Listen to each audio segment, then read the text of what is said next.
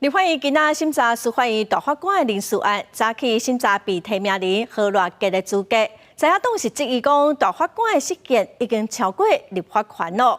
也毋过何偌吉是强调讲，事件并无废除死刑，只是甲要件讲甲愈明确。宪法法庭若无法维护自由民主宪政秩序，法治必然荡然不存。立法院专员委员会11持续审查司法院大法官人事案，被提名人何乃吉出席做口头报告。在野党立委一个上台，就针对顶一大死刑的涉宪案，要求何乃吉表明立场。我是反对死刑，反对死刑，反对死刑跟废除死刑，我认为还是有一些不同。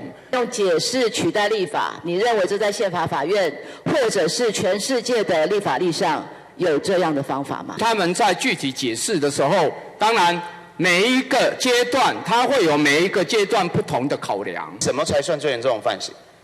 老实说，我必须这样讲，这个必须要在个案里面才能判断所谓的犯罪情节严重到底到什么情况。今年9月20号所做出的判决，它其实是一个比较级，它是一个浮动的标准。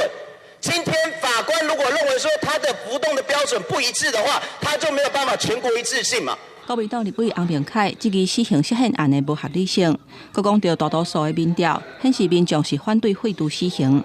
民进党立委王义川问讲，何乃吉加做大法官被提名人，要安怎来看待舆论的效应？对于一个大法官来讲，他不是像立委他们的所谓的这样的一个民主的正当性，但大法官在解释宪法的时候，自己本身必须要有自己的基准。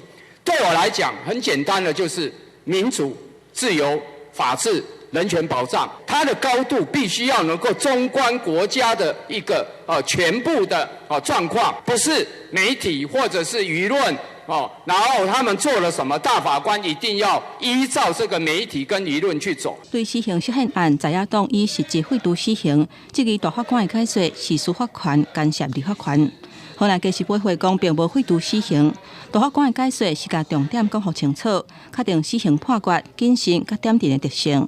记者综合报道。